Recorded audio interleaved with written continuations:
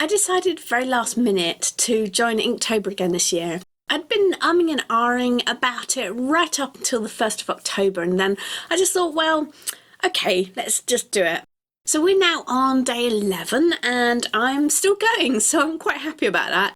And let me share with you a couple of secrets of how I'm keeping up with this year, and fingers crossed, how I plan to get to the end too. And I hope it helps you with Inktober or whatever art challenges you like to join in with, because let's face it, there are about 1 trillion of them out there, aren't there? So for those of you who haven't heard of Inktober before, it was started a long time ago, around about 2009, I think, by Jake Parker, as a way to encourage inkers to practice and share their work daily. And I kind of came across it myself just a few years ago, handful of years, I can't even remember when. And I was watching it for a while, but last year was the first time that I ever actually joined in. Now the rules for it are pretty simple. Through October, pick up a pen every day, draw, share on Instagram with the Inktober hashtag, and that's just kind of it. There are prompts, but I suppose this is my tip number 1. You don't have to follow them. If you're like me and you're just not a prompt person, then don't worry about it. And if you love prompts, then go ahead, use the prompts. And I'll link up the Inktober website below in case you are looking for the prompts. And you know, if you haven't joined in yet, there's still time, so join in.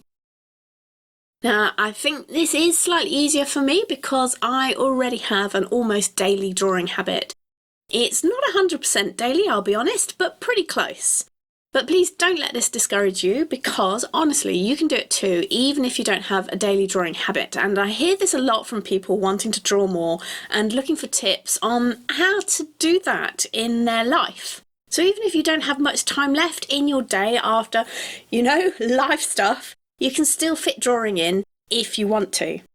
My current habit is to use this almost out-of-date diary that I picked up on sale for just a couple of quid, which is, you know, less than a couple of dollars for my non-UK audience.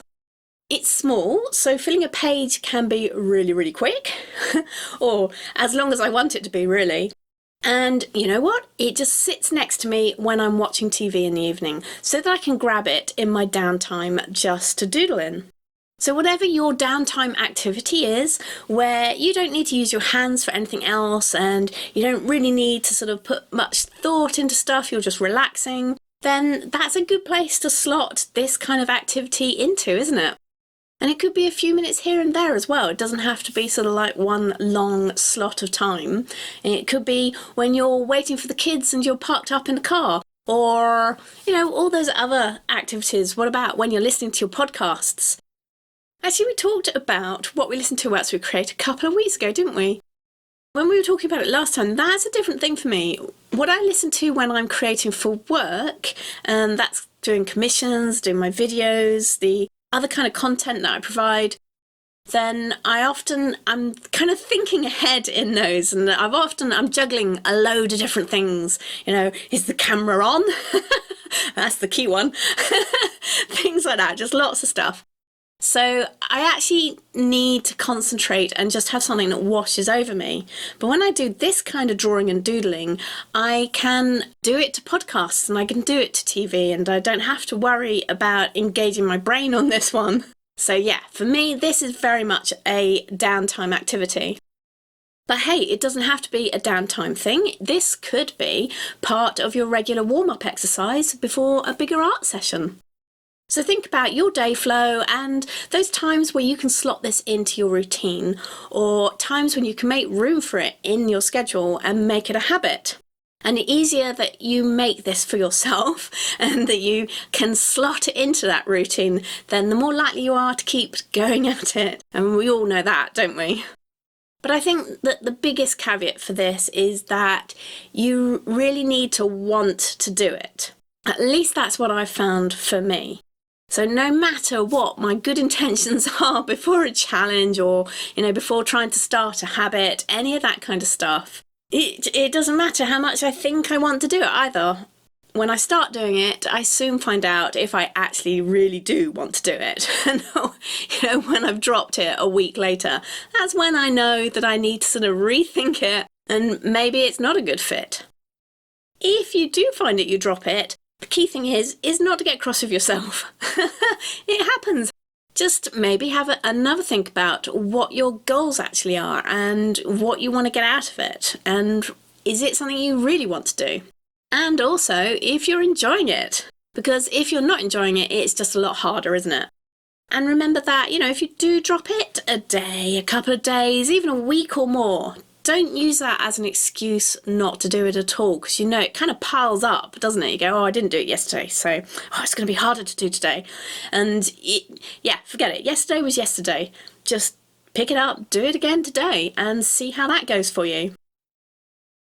Oh, and by the way, this page here is the first continuous double page layout that I've actually done in this book. And you'll see in a minute when I flick through the rest of the book that I've managed to fill quite a few pages since I started this in August this year. So it's only a few months old, this particular sketchbook. And I've done quite a few repeated designs where I've taken a design from one page, done it on another page, but given it a different twist just to experiment with it. But no 2 pages with just one design over both of them. I don't know why that is, but I thought it would be fun to do that for today's Inktober.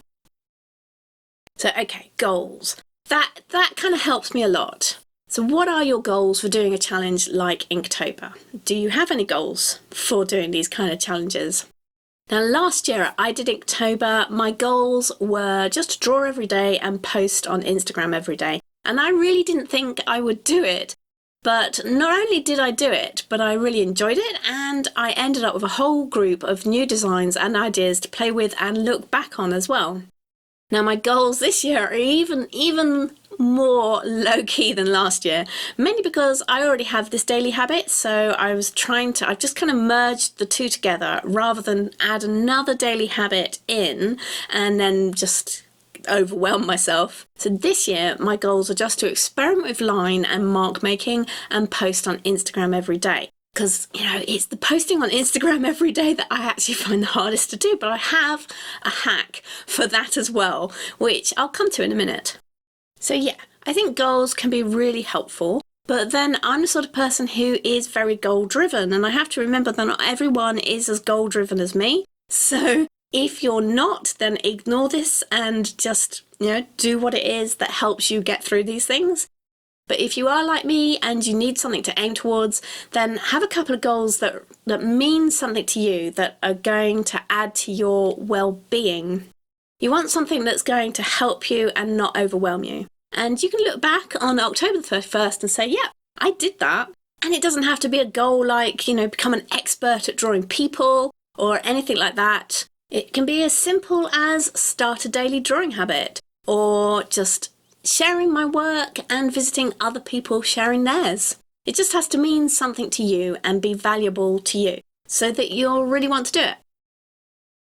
Okay, so other ways that I'm getting through Inktober this year, and this is my cheat hack. So last year I was pretty good at drawing every day and putting that same day's drawing up onto Instagram, which is kind of how the challenge was designed. But this year I just couldn't fit that into my schedule. It wasn't going to happen. And I still wanted to participate, even if it was a last minute decision. So yeah, I'm totally cheating. Don't tell anybody. I'm still drawing in ink drawing every day, but I'm taking the photos and processing them in bulk and posting them up one by one on Instagram. So I'm currently about 2 days ahead. Take from that what you will, but remember that it's your goals that are important and what you want to get from these kind of challenges that really matter. So make it fit into your life and be fun for you to do and keep on doing, and help yourself to cut down on that overwhelm and the eventual getting cross with yourself for dropping it, because you're not going to drop it. You will make it to the end, and I know you will. I would love to know if you've been doing Inktober this year, or if you're doing some other challenges, because as I said, there are just so many of them.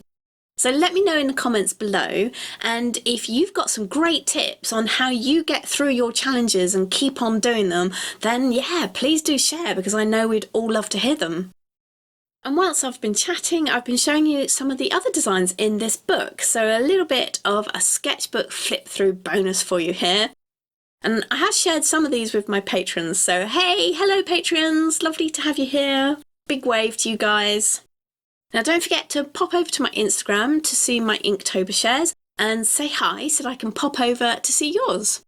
And by the way, if you want a doodle exercise to help you expand your catalogue of doodles, because I know that this is something that people do have trouble with, and I hear this a lot too, and we can all kind of get stuck in ruts or not know which way to go. So I have a creative exercise over on Patreon for my art explorers that will help. Looking forward to reading all your tips in the comments below and seeing your work over on Instagram, and of course our next art chat as well. So I will catch you again then.